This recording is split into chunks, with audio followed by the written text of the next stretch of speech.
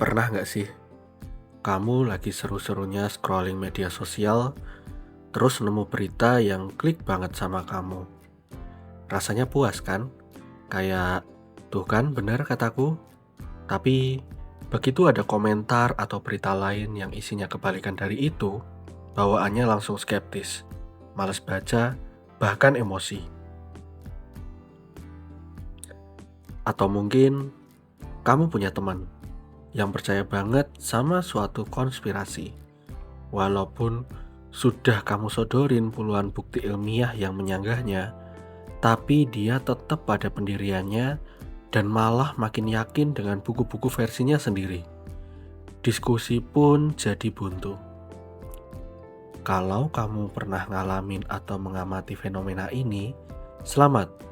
Kamu baru saja menyaksikan salah satu jebakan pikiran manusia yang paling umum dan paling kuat, yaitu bias konfirmasi. Di episode Aksara Aksa kali ini, kita akan bongkar tuntas. Kenapa sih kita cenderung hanya mendengar apa yang ingin kita dengar? Apa bahayanya? Dan yang paling penting, bagaimana caranya agar kita bisa keluar dari gelembung pikiran kita sendiri? Mari kita mulai. Secara sederhana, bias konfirmasi adalah kecenderungan otak kita untuk mencari, menafsirkan, dan mengingat informasi yang mendukung keyakinan atau hipotesis yang sudah kita pegang. Sebaliknya, kita secara aktif ataupun meskipun seringkali tidak sadar mengabaikan, menolak, atau meremehkan informasi yang bertentangan. Ini bukan berarti kita bodoh atau keras kepala. Ini adalah jalan pintas mental yang otak kita ambil untuk memproses informasi yang jumlahnya luar biasa banyaknya setiap hari. Bayangkan, kalau setiap informasi harus kita analisis dari nol, energi kita bisa habis terkuras. Jadi, otak kita memilih filter berdasarkan apa yang sudah kita percayai. Masalahnya, filter ini tidak selalu akurat.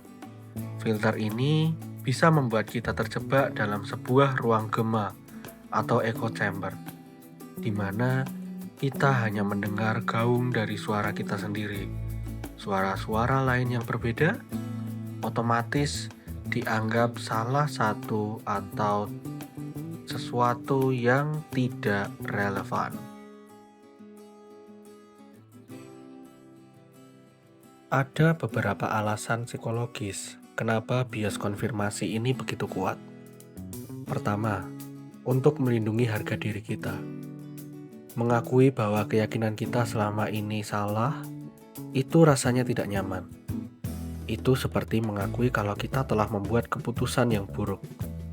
Untuk menghindari perasaan tidak enak ini, otak kita akan melindungi kita dengan cara mencari pembenaran atas keyakinan kita. Kedua, efisiensi mental.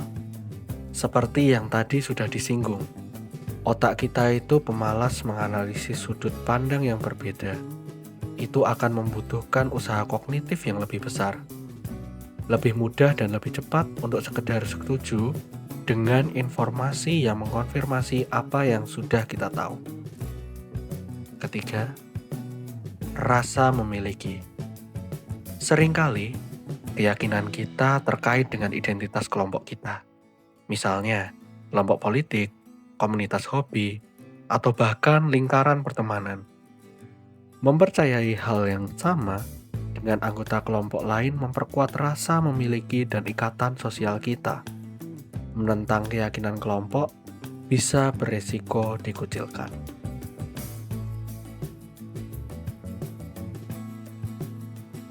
Bias konfirmasi ada di mana-mana. Mari kita lihat beberapa contoh yang paling sering kita temui.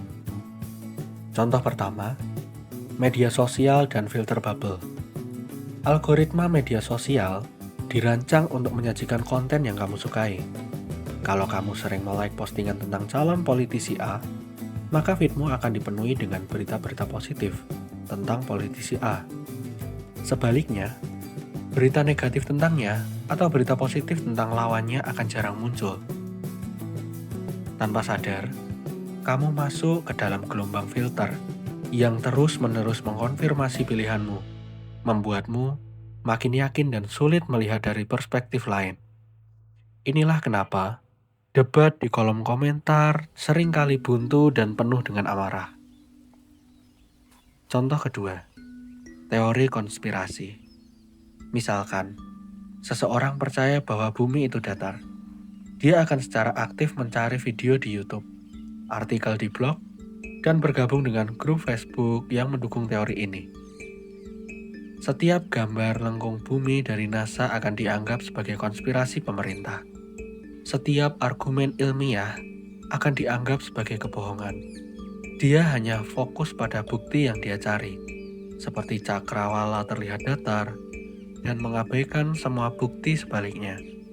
Semua informasi ditafsirkan agar sesuai dengan keyakinan awalnya. Contoh ketiga, dalam kehidupan sehari-hari. Misalkan, kamu sudah terlanjur yakin bahwa rekan kerjamu itu pemalas. Kamu akan cenderung lebih memperhatikan saat dia datang terlambat atau saat dia terlihat santai, dan mengabaikan saat-saat dia lembur atau berhasil menyelesaikan proyek besar. Memorimu secara aktif selektif akan mengingat hal-hal yang mendukung cap pemalas yang sudah kamu berikan.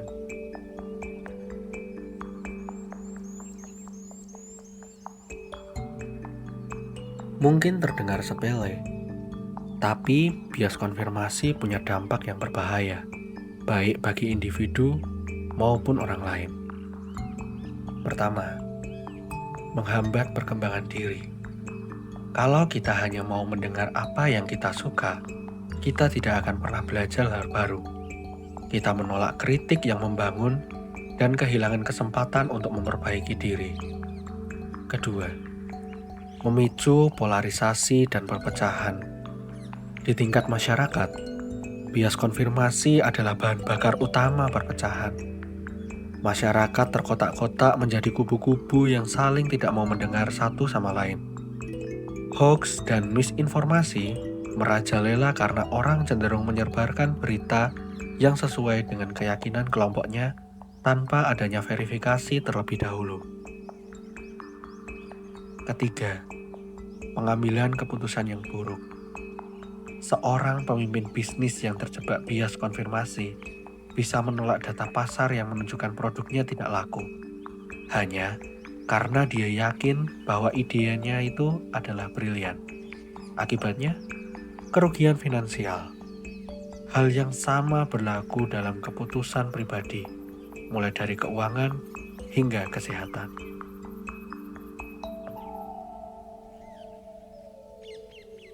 Melawan bias konfirmasi memang tidak mudah, karena ini adalah kecenderungan alami otak kita. Tapi, bukan berarti itu tidak mungkin. Kuncinya adalah kesadaran dan latihan. Ada beberapa langkah yang bisa kita lakukan. Langkah pertama, akui bahwa kita itu rentan. Langkah pertama adalah menerima fakta bahwa kita semua, tanpa terkecuali, rentan terhadap bias konfirmasi. Ini bukan soal kecerdasan, tapi soal bagaimana otak manusia bekerja. Langkah kedua, cari sudut pandang yang berbeda. Secara sadar, carilah informasi atau orang yang memiliki pandangan berlawanan denganmu. Follow akun media sosial dari kubu seberang. Baca buku atau artikel yang menentang keyakinanmu. Tujuannya sederhana, bukan untuk langsung mengubah pikiranmu, tapi untuk memahami alur berpikir mereka. Langkah ketiga, bertanya dengan cara yang berbeda. Alih-alih bertanya, apa bukti yang mendukung keyakinan saya? Coba tanyakan, apa bukti yang bisa membuktikan keyakinan saya salah? Pertanyaan ini memaksa otak kita untuk mencari informasi yang kontradiktif Langkah keempat, fokus pada data, bukan opini. Saat dihadapkan pada sebuah argumen, coba pisahkan antara data faktual dan interpretasi atau opini.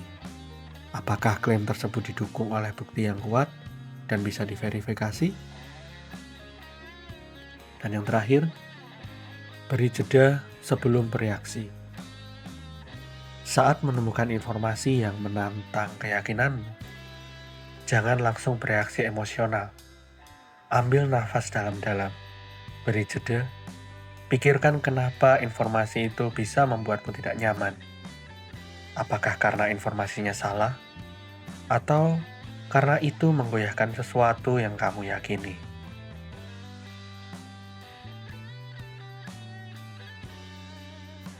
Pada akhirnya, melawan bias konfirmasi adalah tentang memilih kerendahan hati intelektual, yaitu kesadaran bahwa kita tidak mungkin tahu segalanya, dan selalu ada kemungkinan bahwa kita itu salah.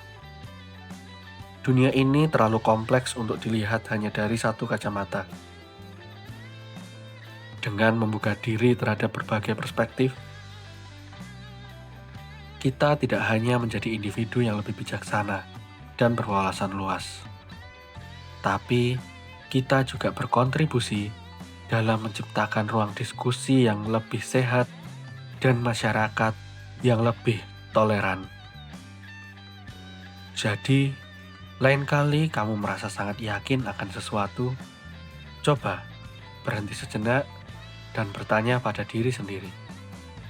Apakah saya benar-benar melihat gambaran utuhnya? Atau saya hanya mendengar apa yang saya ingin dengar?